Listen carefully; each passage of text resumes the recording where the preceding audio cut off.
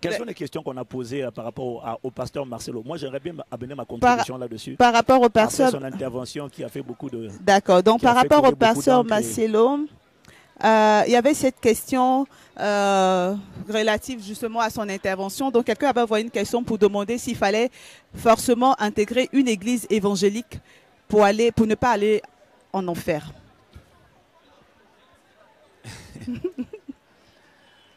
Alors, je crois qu'il a dit non. La réponse est évidente. C'est ça. La réponse est évidente. Au-delà de ça, la réponse est évidemment non. Mais ce qui est important pour être sauvé, c'est d'accepter Jésus dans sa vie comme Seigneur et Sauveur. Non, comme Seigneur. Voilà. Si tu crois dans ton cœur, Seigneur Jésus, si tu confesses de ta bouche que Dieu l'a ressuscité des morts, tu seras sauvé. Ça, c'est la condition pour être sauvé. Mais nous, le Seigneur ne veut pas simplement qu'on soit sauvé. Le Seigneur veut qu'on soit transformé pour devenir sel et lumière sur la terre. Le but de Dieu, si Dieu voulait juste qu'on soit sauvé pour aller au ciel, ça fait, nous tous en serions morts. S'il nous garde sur la terre, c'est parce qu'il y a un but. Manifester ce but exige l'obéissance et la coopération, main dans la main avec le Saint-Esprit pour manifester ses desseins. C'est pour ça qu'il nous demande pas seulement d'être sauvés, de le reconnaître comme sauveur, mais c'est pour ça qu'il nous demande également de le reconnaître comme Seigneur, c'est-à-dire de lui obéir. Parce qu'il s'agit de manifester des desseins de Dieu, parce qu'il s'agit de marcher en nouveauté de vie. Et il s'agit donc de manifester cette vie abondante. Et vous ne pouvez pas manifester cette vie abondante si vous n'êtes pas dans l'obéissance à la parole de Dieu.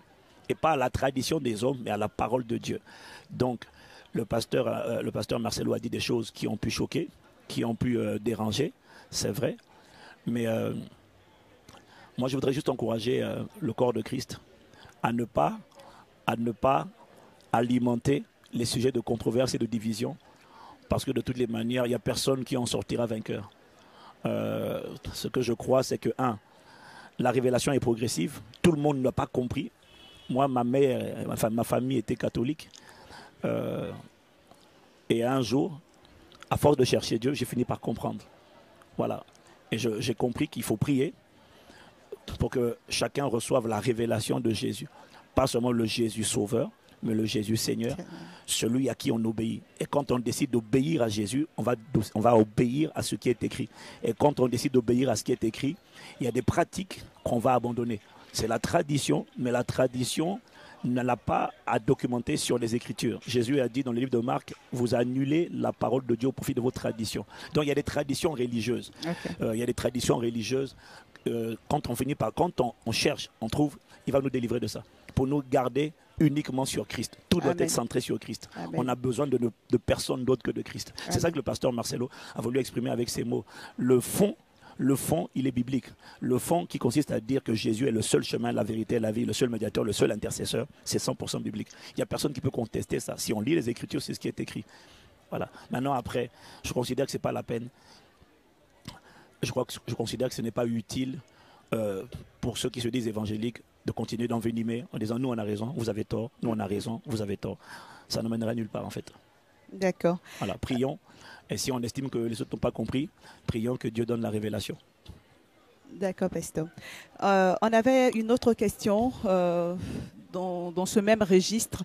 Une personne avait donc envoyé cette question au pasteur Marcelo Tonassi disant que l'Église catholique est la première Église et que les églises évangéliques sont récentes. Donc, si on dit que cette Église est dans le faux, comment ça se fait que le faux perdure et que des églises... Donc, je reprends. La question dit que l'Église catholique est la première Église et que comment ça se fait que cette Église, qui est la première, soit aujourd'hui traitée de fausse et que les églises évangéliques sont des églises récentes qui viennent d'arriver sur la place, donc ne peuvent pas se prévaloir d'avoir la vérité. La vérité absolue. Celui qui a posé cette question n'a pas compris. Il n'a pas lu la Bible, on n'a pas dû lire la même Bible. La première Église n'est pas catholique. La première Église, c'est l'Église de Jésus. S'il lit les Écritures, la première Église a été créée par Jésus. Elle a commencé à Jérusalem. Et le chef de l'église de Jérusalem, ce n'était pas Pierre, c'était Jacques. C'était lui, le responsable de l'église de Jérusalem. Il va voir ça dans Actes chapitre 15. Et la véritable église, et la seule église que Jésus-Christ bâtit, n'est pas catholique. C'est son église à lui. Je ne dis pas que les catholiques ne font pas partie. Je fais partie de ceux qui croient sincèrement qu'il y a des catholiques qui ont vraiment rencontré Jésus. Mais comme je dis toujours, la révélation est progressive. Beaucoup ont accepté Jésus, beaucoup marchent dans l'amour. C'est pour ça que je ne vais pas juger ça. Beaucoup ont vraiment rencontré Jésus. Mais dire que la première église était catholique, c'est faux. Si vous avez étudié l'histoire de l'église, ce que vous n'avez manifestement pas fait, ça s'entend, ça se voit. S'il a étudié l'histoire de l'église, il va se rendre compte que la vraie église, c'était l'église apostolique.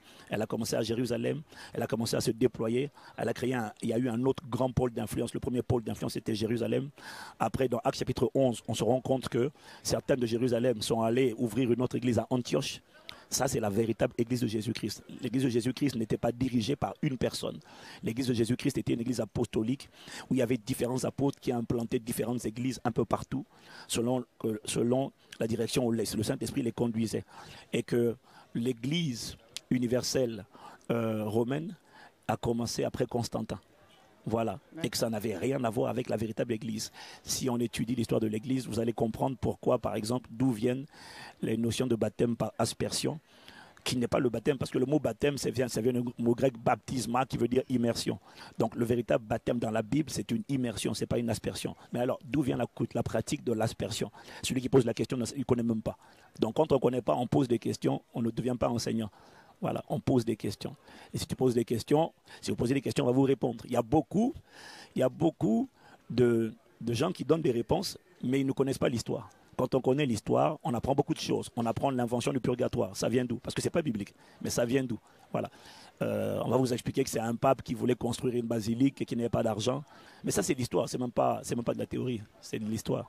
Et qui a décidé d'inventer, de créer un impôt pour pouvoir financer son édifice.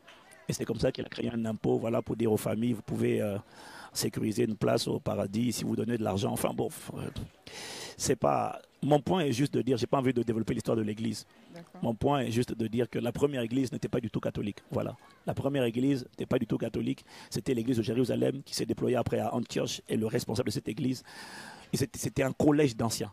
Et le responsable de l'Église de Jérusalem, c'était Jacques. Donc, posez des questions que vous ne savez pas, c'est mieux. D'accord.